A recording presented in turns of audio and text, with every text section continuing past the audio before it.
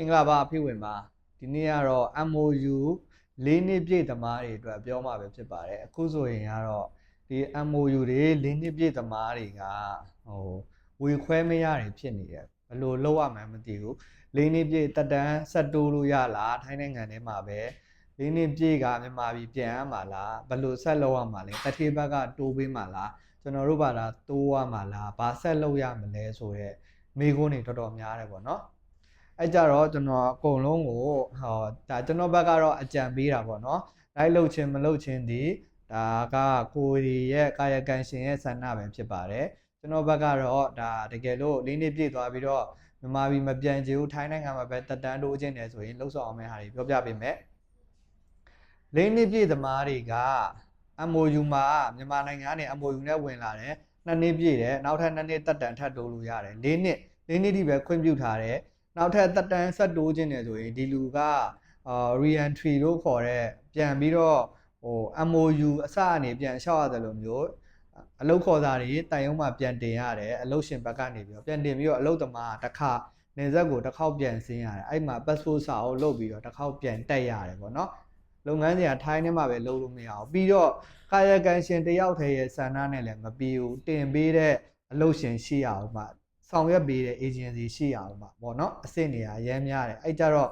ဥပမာကစက်ရုံတရုံမှာအယောက်40 50တပြိုင်နဲ့ကုန်တယ်ဆိုရင်တော့အဲ့တပြိုင်နဲ့အတွက်တင်ထားပြီးတော့သွားရဲလာတဲ့ချိန်အဲ့40 50ကိုအစားထိုးပြီးတော့ဘယ်လို့ရှင်မှာလောက်ခိုင်းမှာမဟုတ်ဘူးပေါ့နော်အဲ့ကြတော့တကယ်လို့ကိုကဒီအဆင့်တွေကိုကြော်လွားခြင်းနဲ့မြန်မာပြည်မပြန်ခြင်းဘူးဆိုရင်ကျွန်တော်အနေနဲ့အကြံပေးလို့ရတာတကူကတော့၄နှစ်ပြည့်ဆိုရင်ဘယ်လိုပဲနေကိုယ့်ရဲ့စာအုပ်တက်တန်းကိုအရင်ကြည့်လိုက်ပါစာအုပ်တက်တန်းက9နှစ်ပေးထားတယ်စာအုပ်တော့မှာတက်တန်းစာအုပ်အခွင့်ရဲ့တက်တန်းကနော်9နှစ်ရှိတယ်9နှစ်ရှိတယ်ဆိုတော့ကိုဗီဇာ4နှစ်ကုန်နေပြီဆိုရင်ဘယ်လိုပဲနေစာအုပ်တက်တန်းကအနည်းဆုံးကတော့တစ်နှစ်မပြည့်တော့ဘူးကွာတစ်နှစ်မပြည့်တော့ဘူးဆိုတော့အကြံပေးချင်တာတကူကတော့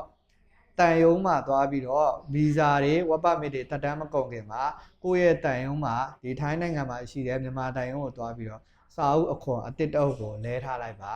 လဲထားပြီးတော့ဗီဇာချိန်မထည့်နဲ့စာအုပ်အတစ်ကိုပဲကင်ထားပါကင်ထားပြီးတော့ဒီနှစ်အတွင်းမှာဒီလာမဲ့1လ2လ3လအတွင်းမှာဘတ်ဖွင့်မယ်ဆိုရင်ဘတ်စရင်တင်ထားပါ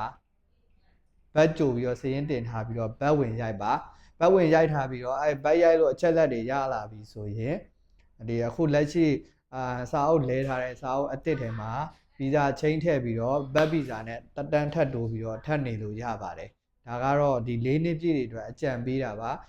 ဒီကြားထဲမှာတချို့ကလည်းမေးကြတယ်ပေါ့နော်ကျွန်တော်ဟာက၄နှစ်ကပြည့်သွားပြီပြည့်ပြီးသွားရင်ဘတ်စရင်တင်ပြီးတော့နေလို့ရလားထိုင်လို့ရလား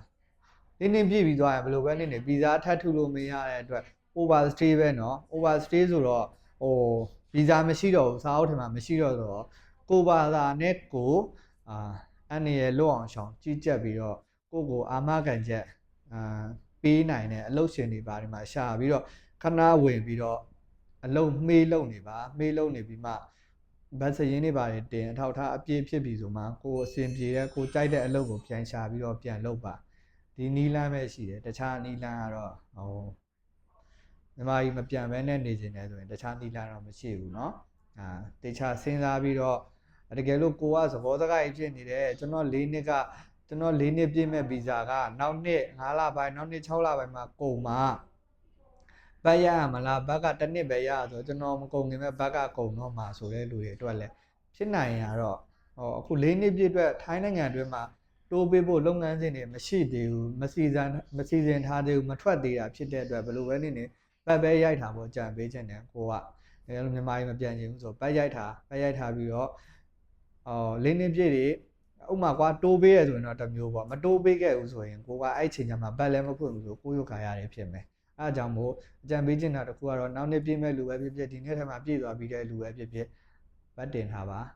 เนาะ2နှစ်ပြည့်သမားတွေမဆိုလို့เนาะ4နှစ်ပြည့်သမားတွေအတွက်အကြံပေးတာဖြစ်ပါတယ်အားလုံးပဲစာရေးစာတမ်းကိစ္စတွေအဆင်ပြေကြပါစေကျေးဇူးတင်ပါတယ်ခင်ဗျာ